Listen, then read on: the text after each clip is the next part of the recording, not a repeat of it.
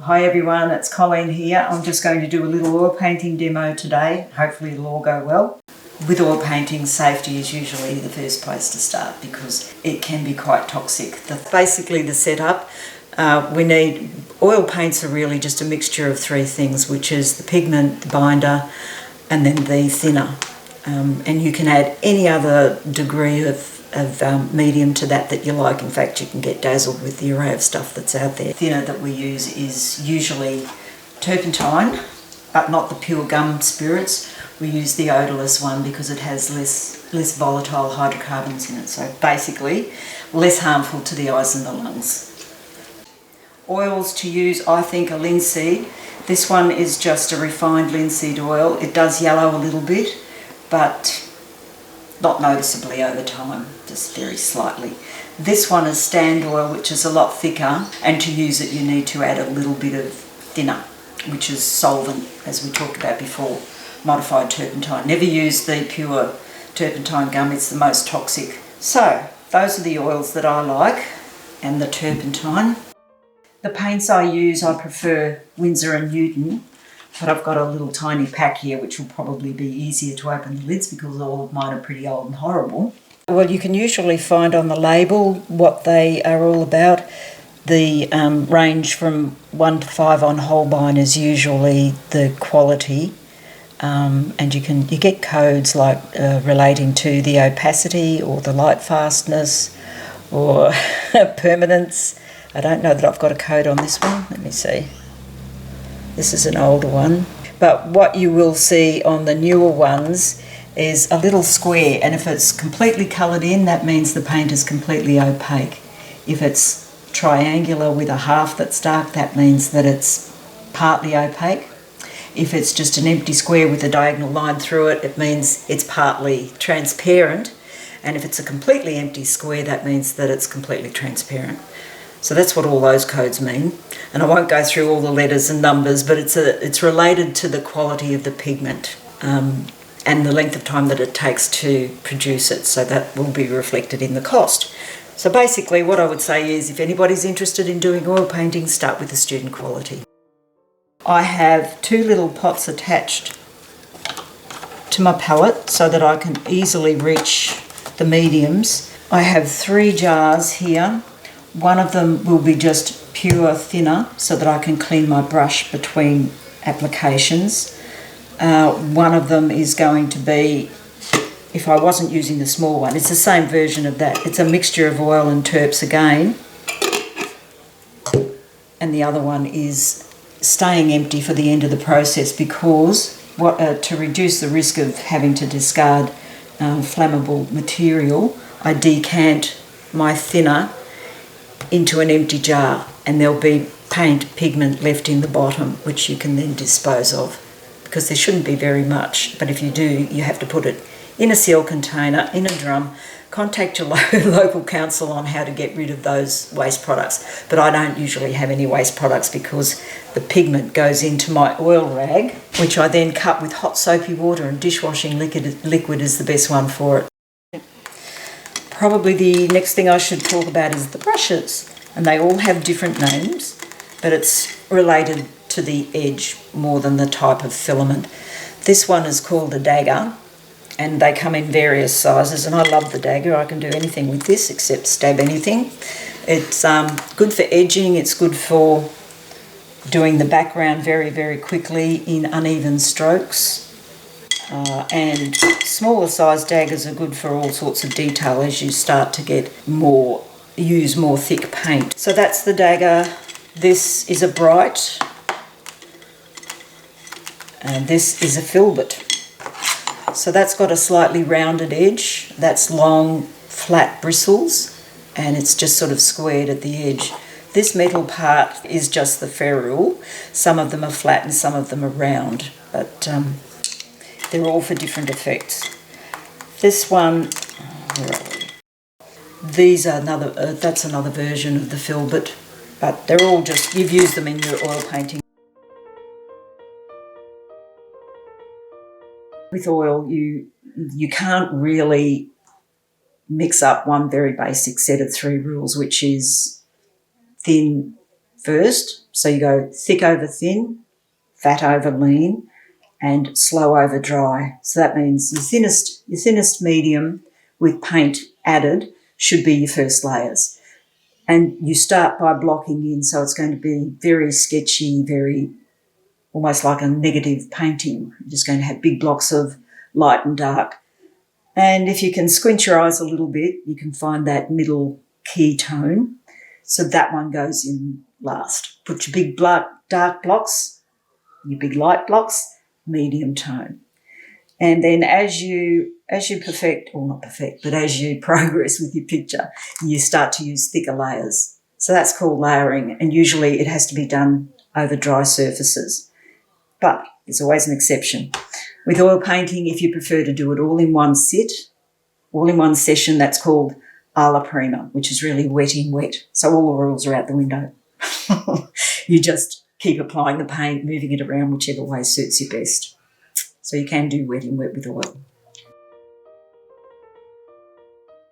Be generous putting your paints out at first because it's just too hard to keep adding it back.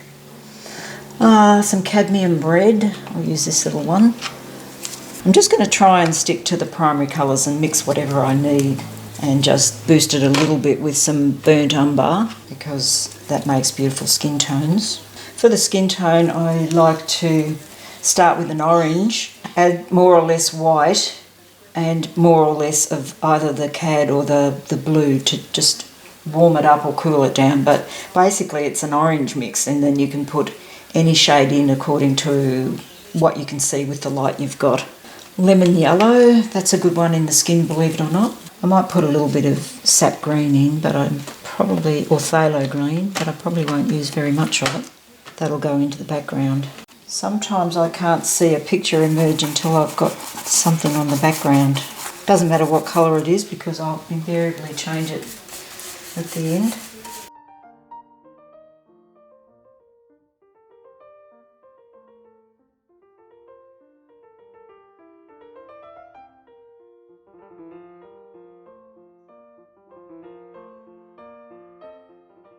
At the beginning, go for a brush bigger than what you think you need, and that's scary because instinctively you want to go for detail first. This is just a cheap pad with paper on it, and it's particularly for oils. You can get these for watercolour or just for sketching or for gouache. This one is for oil. It's just paper. It's like a practice one.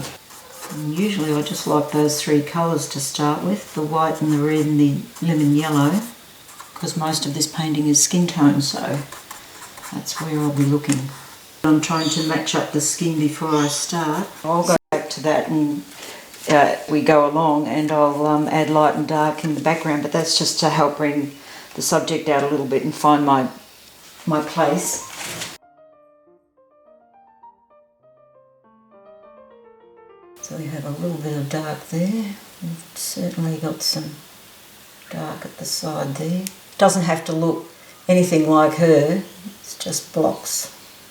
Trying not to put it on too flat, but just try and wrap it around like it would be 3D and try to follow the contours of, let's say, the eye sockets and the cheek, so it's got a little bit of 3D depth.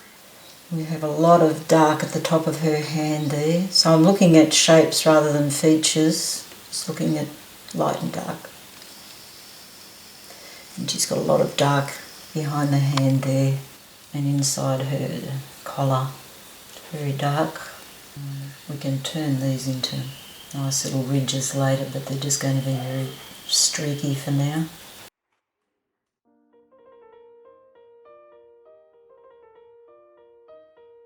And she's going to have some nice dark nostrils because that's where the dark is. And sometimes I'm going to add a bit of ultramarine to that to make it even darker.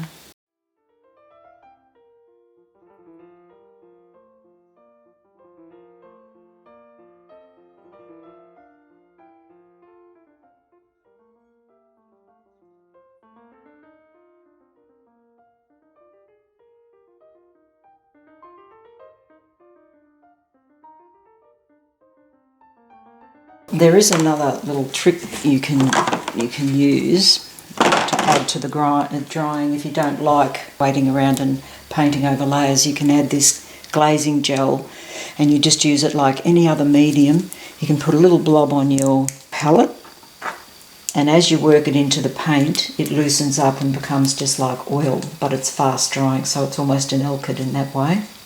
Alkyds are natural resins, whereas oils are, that's linseed oil, but these are chemically changed. Putting the mid-tone with her skin here, which is going to look very flat, but as you come forward with thicker paint, you put more detail in. So it's really colour blocking now, and it's not going to look anything much except light and dark, no detail.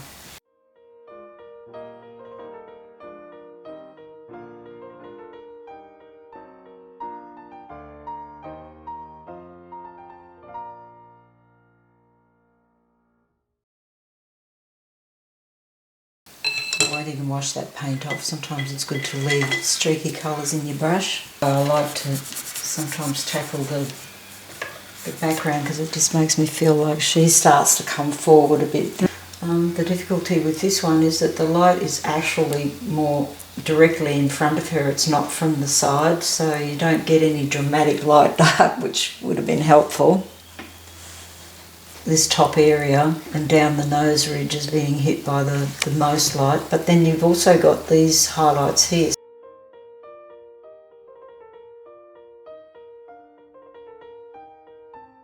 I've got a bit of stand oil and a bit of gum, and you can actually mix those two together. There's another kind of linseed oil which is cold pressed, and it's really, really good for mixing and making your oil paint level out.